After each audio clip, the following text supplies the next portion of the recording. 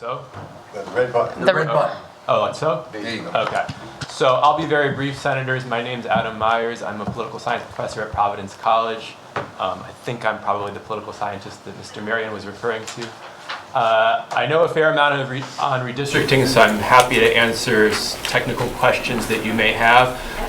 All I will say before I let you ask me any questions is that the California model that this proposal is based on has in general been a success. All of the academic studies really do show that. They show that the California Commission has led to more competitive districts, has led to fewer local communities being split up in the redistricting process, has led to more competition in elections. And so the California model, as a general matter, is successful. Obviously, you know, nothing is perfect, right? There's no perfect way to redistrict, but it appears that the California model is a good way to go. So I'll just leave it there and let Senator Lombardi or anybody else ask me questions. Senator Lombardi. Well, first, as a PC professor, you're clearly an expert on the topic. Absolutely. But secondly, could you perhaps illuminate on the makeup of these independent commissions? How large is large and how small is small? This commission would be on the upper end in terms of, can you still hear me? Yes, I can. Okay. This commission would be on the upper end in terms of size. Usually, the California Commission, I believe, is actually, I could be wrong about this, but I think it was composed of 14 members in 2011. The Arizona Commission is 5 members. You know, but if you want to maximize, you know, the diversity of the commission, then, you know, larger is better. And so I think this proposal is well suited to doing that. Senator Lombardi. Second question, and perhaps it's an unfair question, but it's been raised that the presence of this independent commission lessens the amount of lawsuits associated with gerrymandering. Is there a way of quantifying that? Do we have any statistics or anything? Yeah, and I can point you to academic studies that have shown that that states that redistrict via independent commissions see fewer redistricting-related lawsuits than states that don't. I appreciate that. Of course. Senator Archambault. Thank you, Madam Chair. Professor, with respect to the 10-year redistricting time period, can you amplify on where that comes from? I understand it's in the Constitution, but can you amplify on why 10 years? What about other states? What other models? Just some more information on that. So it's actually not in the Constitution. What's in the Constitution is, you know, a mandate that we have a census every 10 years, and that congressional districts have equal populations, and since the 60s, the Supreme Court has said that state legislative districts have to have equal populations. And so since the Supreme Court said that in the early 60s, what states have had to do after the census every 10 years is redraw their lines in order to ensure that districts continue to have equal populations based on the latest population data. But there's no requirement that districts can only be drawn every 10 years. And you might remember in 2004, I believe, or 5, after Republicans took control of the Texas legislature, the Texas legislature redrew that state's congressional districts to give Republicans an advantage in the middle of a decade. Right? Those are the kind of shenanigans we want to avoid via having this process be done by an independent commission. Senator McKinney. Thank you. Professor, one of the comments made by a prior witness was that having everything spelled out in great detail could avoid problems arising with people trying to influence it. Legislators, for example, trying to influence it. I guess my concern is simple process versus one that seems to be labyrinthine or Byzantine, and I worry about the prospects that the more complex a process, the easier it is to find entry points to get in and muck with it, if you will.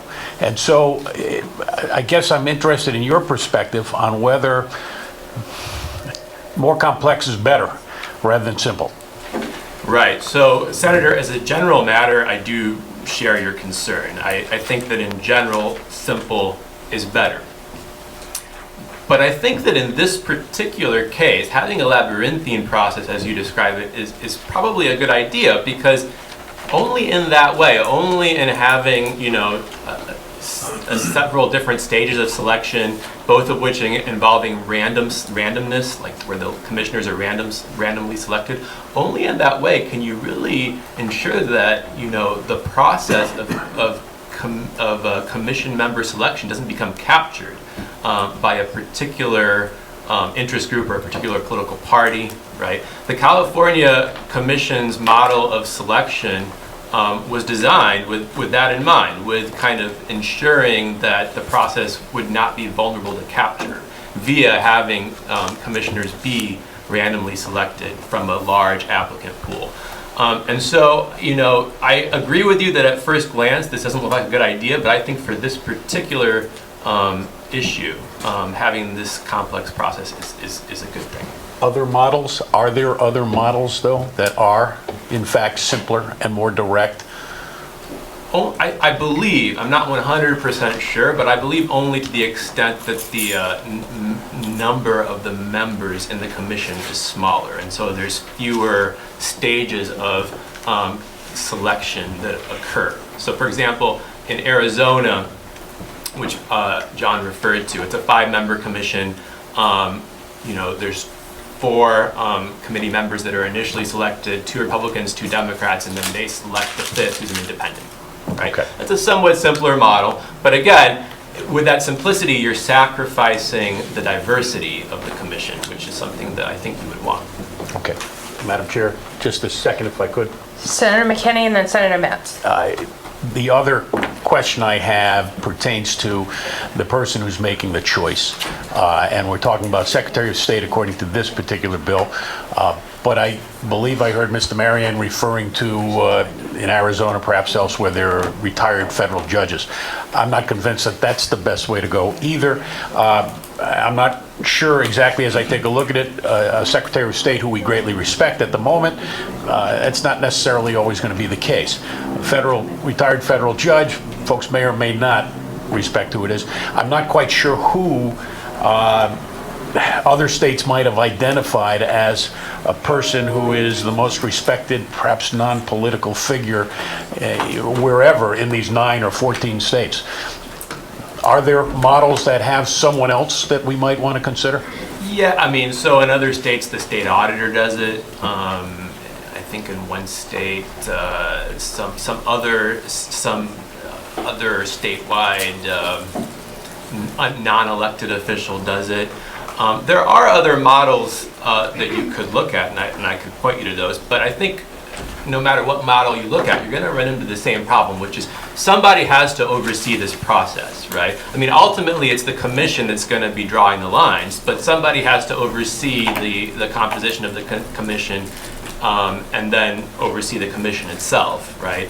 And and that person is going to come from the government in one way, shape, or form. So it's impossible to avoid it's impossible to create a commission in which there are literally no concerns. Right. Understood. Thank you. Thank you. Senator Metz. Yes, Professor, my question, I put in the bills every year for the last several years about the census and counting the people at the ACI from the neighborhoods they come from, not from the city of Cranston. So, because that skews everything politically, federal money coming to the neighborhood, whatever. So my question is how does California treat the prison population? So I'm not 100% sure. I think they probably count the prisoners as residents of their home districts rather than residents of the district where the prison is located. But that wouldn't be addressed in a constitutional amendment like this, I don't believe. That would be addressed either in a separate amendment or in a statute. Usually, because this is simply about the process by which redistricting occurs. It's not about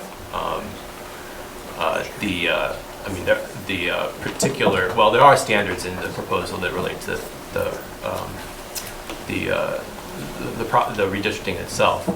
I suppose this is something that could be added to the proposal if you think it merits being added. Yeah, I was just curious. Thank you. Yeah. Thank you. Any other questions or comments? Senator De La Cruz. Thank you. So many witnesses stated that changes in the California redistricting resulted in better representation. So I'm just wondering, did that representation change from one party to another? It did not. But the reason for that is because redistricting doesn't determine everything, right? California is, a very democratic state. And so, there's factors beyond redistricting that affect, who gets elected, including, the overall political geography of the state, where the Democratic voters are located, where the Republican voters are located. And so, redistricting can only, or the way we conduct redistricting only affects the degree of competition in legislative elections to some extent, right? If an area is overwhelmingly Democratic or overwhelmingly Republican, right, then, assuming the districts are, have equal populations, you're not going to be able to create districts that are competitive, right? And so the California legislature was controlled by Democrats before the Independent Commission, and it's controlled by Democrats now. But the districts are somewhat more competitive, and local units of government, cities, towns, and counties aren't split up to the same extent that they used to be. And so for the most part, the effects have been positive. Senator De La Cruz. Just one more. Any other states that have adopted this method, have they seen any changes in party? Yeah, so Arizona, right, which John Marion mentioned, has, right? So the way the Arizona proposal was written, it mandated that the Independent Commission draw districts to increase partisan competitiveness. And that's what the commission did. And in the 2000s, before the commission did its work, very few of Arizona's congressional districts, or some state legislative districts, but focusing exclusively on Arizona's 8, I believe, congressional districts, very few of them were competitive. Now, if you follow,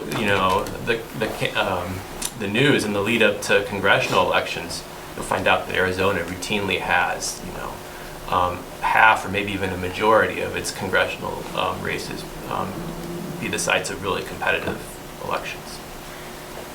Thank you. Any other questions or comments for this witness?